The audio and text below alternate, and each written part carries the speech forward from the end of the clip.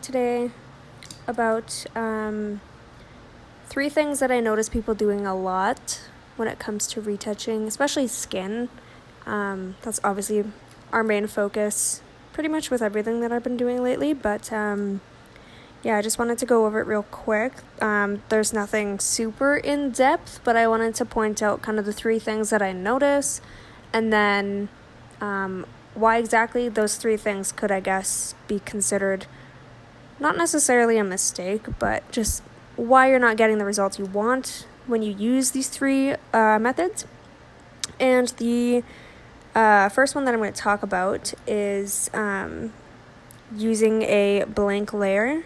Actually, before I even get started, I just wanted to mention this is a different photo of Maddie that we shot a couple weeks ago, and it's already all retouched, but I just wanted to use this as an example for the 3 kind of methods or whatever. Amrita did the makeup for this as well, and I'll have their info below. But anyway, I'm going to get started here. So the first one, did I say it already? I don't even remember. Anyway, first one is using a blank layer and just painting on with the color. So if you open up a blank layer there, or a new layer, whatever, you have your paintbrush selected, then you can go in and, like, with the Alt button, you can select different colors. And I know when I was very, very, very new, like, this was what I would do. I would go in with, like, a fucking paintbrush, and I would lower the opacity and just paint over it. Because, you know, you think at the beginning, like, oh, that makes sense, like, I'll just brush over it, right? Even out the skin tone. That's what I'm doing right now, if you guys can see very badly, but just to kind of make the point. And while this might be okay if you're doing, like, especially if it, like, the only time that I would ever say this is even remotely okay is if the image is very far away, and it's on a very low opacity, because, like, what I'm doing right now is, like, not a whole lot compared to, like, what I used to do anyway. But you can already see, like, if I zoom in here, I'll just do a before and after. So already you can kind of tell, first, that the skin tone is just, like, turning all into one color, unless you wanted to go real in depth and try to blend it all out with, like, the contour and, like, the shadows, which I think is just too much work when you could really just use dodge and burn and just work with the shadows that are already there. But of course I didn't know any of this when I was first starting, and now I'm just painting randomly just for shits and gigs. But I wanted to kind of show you my point. I'm gonna go onto her, like, cheek and just kind of, I don't know, do a little bit of it so I can show you guys how it could look, I guess, if you were to do this method. Now, I mean, obviously depending on what kind of look you're going for, I don't know. I feel like I'm trying to somehow justify why someone would use this, but I mean, it depends. Like, some people like that really fucking smoothed out, like, almost no texture type of look. I'm not that kind of person. Like, once in a while I'm like, yeah, like, it'd be nice to have, like, super smooth skin, but then I also just feel like it kind of takes away from the actual photo. Like, yeah, it might look kind of nice in the moment, but then when you actually look at, like, the after, like, or sorry, the before and after, it's like, holy shit, I actually didn't make that look all that great. I'm just going over the other cheek real quickly just to kind of show you guys what I mean. See, like, it just looks so flat. It just doesn't look like she has any texture. And I'm going to zoom in specifically, whoa, that's way too much, on her cheek here. Right here. So I'm just going to, for convenience sake, circle the area that I'm talking about. Hopefully this makes things easy for you guys. I don't know if that was pointless or not, but I just wanted to circle it so you know what area I'm talking about in terms of texture. So I'm gonna do before. See what I mean? Like, it's a little bit more, I want to say, like, sharp. more defined. She just looks a little bit more three-dimensional because she's a person. So, you know, as one should look, they should look three-dimensional. And if you do this on like a much harsher, like if you were to do this aggressively, you know, it could just kind of look, it just makes it look a little blurred out. I wish I could find a photo. I don't want to like call people out. And again, I'm not saying it's necessarily a bad thing. I just like, I don't know. I don't, because I used to do this too. Ooh, maybe I can find a photo that I used to take. I'm gonna see if I can insert a photo that I had taken way back when, because I definitely did this when I first started. I would just fucking paint over everyone, and then nobody had like any texture. They were basically half paintings. And what the fuck is that about? But as you can see, the point that I was trying to get at, you can see the skin texture. She still has a little bit of depth. Again, I don't like a super like hyper realistic whatever you want to call it, like plastic looking photo. I still like to have some imperfections. I still like to have a little bit of like actual skin texture. I don't want to even everything out, and I think you'd drive yourself crazy if you tried to. I mean, I know some people do, and that's their style. That's just not me. So anyway, that's the first one that I tend to notice with a lot of people. And then the second one that I was going to go through, I've never actually used this, but I have heard of people doing it, and I've never actually tried it. So basically, I'm going to take a blank layer. I keep saying blank, but whatever. New layer, blank layer. It is blank, I guess. And then the blur tool, which is another thing that people do. Apparently, this is not one that I've ever done, but I have heard. This is, oh, hang on. Make sure you have sample all layers if you're using a blank layer. Although I guess some people don't actually use layers, so that could also be a thing. I don't know. Anyway, to get my point across, I'm going to go over her whole entire cheek surface area, whatever you want to call it. And I'm just using the blur tool on 100% strength. I don't know what my brush is on. I think it's on like somewhat harsh, or like in the middle. But as you can see, whenever it wants to load, okay, there we go. Oh no, okay, hang on. There we go.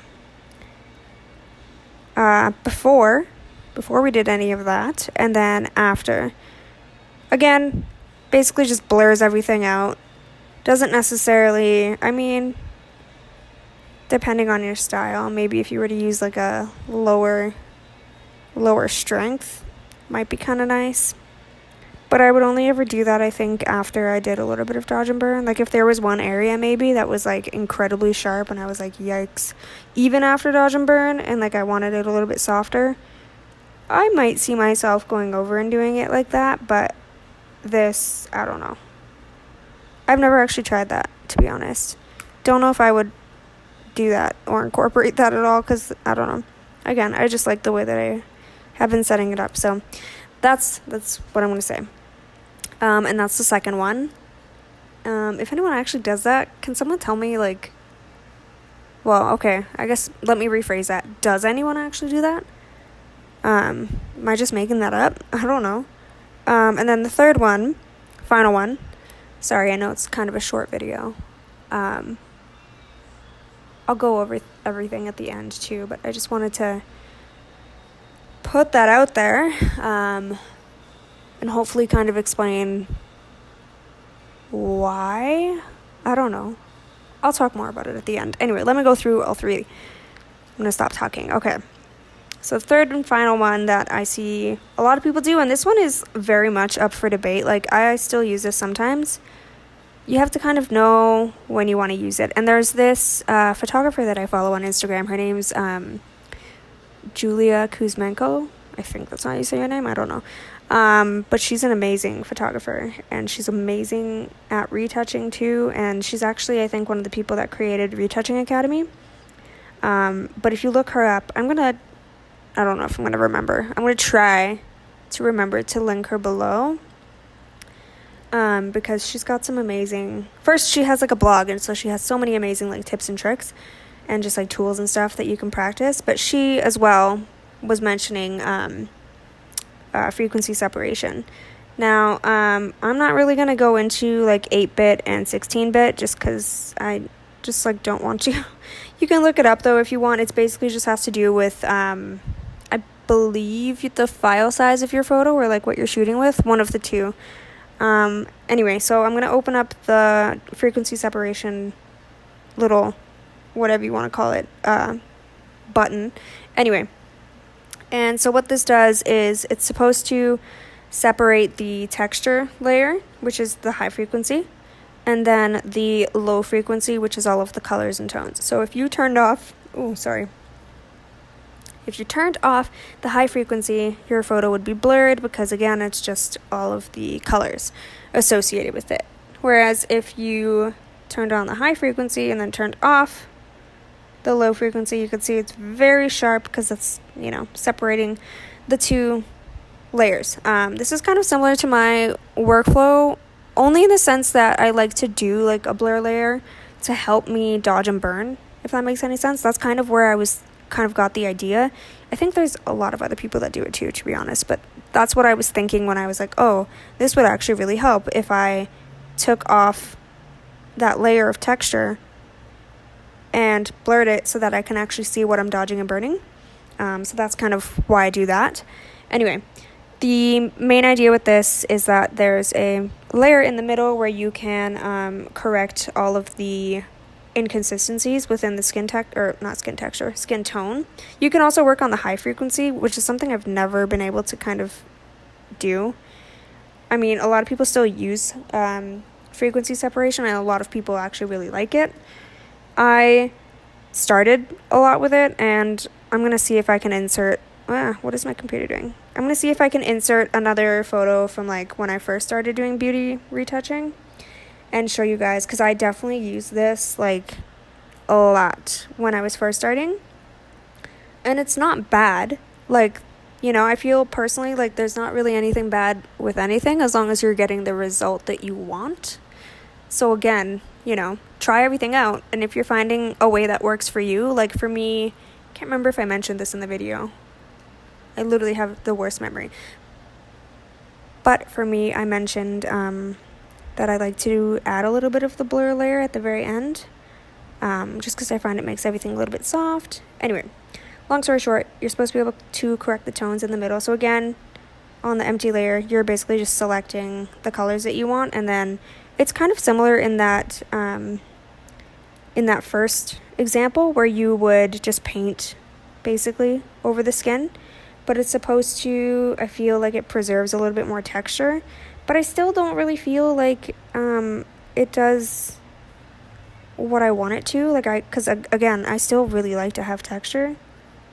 And I don't know, I just don't feel like it does what I want it to. And then I know some people will go onto the low frequency layer and go onto their brushes and then switch it to mixer brush. And then what that does apparently is supposed to blend everything together. So working on like a whatever type of brush, or the mixer brush, you can go in and just like very slowly work on certain areas and kind of blend that all in, and that's supposed to kind of give you a little bit of a better result, like compared to the left side. So look at her left cheek where I just kind of brushed over. Again, I just did that really quickly, so like obviously take that with a grain of salt. But then, the right side with the mixer brush. And depending, again, what look you're going for, do whatever. Sometimes when I do use this, I will do the method with the mixer brush. And then if I do this, I will always bring the opacity like way down. And only like, I don't know, maybe 30. And then I'll show you. Just like ever so slightly makes a little bit of a difference. And then again, with everything, you don't have to go over the whole entire face. Anyway, that's pretty much the third method. I don't want to be talking for like a million years. I apologize. So I'm going to wrap up. You can kind of play around with each method if you want to kind of see what I'm talking about on your photos. But the reason that a lot of people tend to go towards dodge and burn is, again, because you're keeping that skin texture, right? And I'm still not 1,000% confident with the, I guess, why behind it. But a lot of people, this is going to sound so uneducated, a lot of people on the internet that I have read articles about, because again, I'm completely self-taught, always mention destructive methods versus like non-destructive methods. And dodge and burn is considered non-destructive, whereas a lot of other methods can be considered destructive, mostly because of what it does to the skin texture. So dodge and burn, you're basically keeping the texture. You're just lightening and darkening the parts of the image that you want. Whereas everything else basically kind of gets rid of and kind of diminishes the texture in the photo. So that's pretty much the biggest reason why a whole lot of people do dodge and burn. Personally, I'm still sort of, I don't know what the word is. I guess I'm a lot more confident now, but I was definitely in like a period of time there for the last couple months where I was like, I don't understand like how these people are doing all of this work in dodge and burn. But I mean, the more practice that I get, the more that I realize a lot of it actually does have to do with just practice. And I know that sounds so goddamn annoying, but that's honestly the truth. Once I stopped using those three, for the most part, don't really use frequency separation anymore, but the odd time I will. But, you know, once I kind of stopped using those three, I guess not even three, because I don't even do the second one, but, you know, once I stopped doing that and kind of incorporated the dodge and burn, yes, it is tedious, but I like the results a lot better. And at the end of the day, I feel like it kind of pays off. I don't know. I like it. If anybody has any suggestions for what else you'd like to see, or if you want some more explanation, because I feel like I just constantly ramble, so I apologize, but I wanted to keep things not in depth, but I wanted to take things, I guess, kind of slow and really explain things, just because I know there's so many videos where people just throw some fucking text over a video and then it's like, okay, but can you discuss this with me so I can kind of understand where you're coming from? I don't know if that was helpful at all. You tell me. And that's pretty much the end of this video. So I will talk to you guys later. Let me know if there's any questions. Just comment. I don't know. Find me on Instagram. Whatever you like. And I'll talk to you guys later.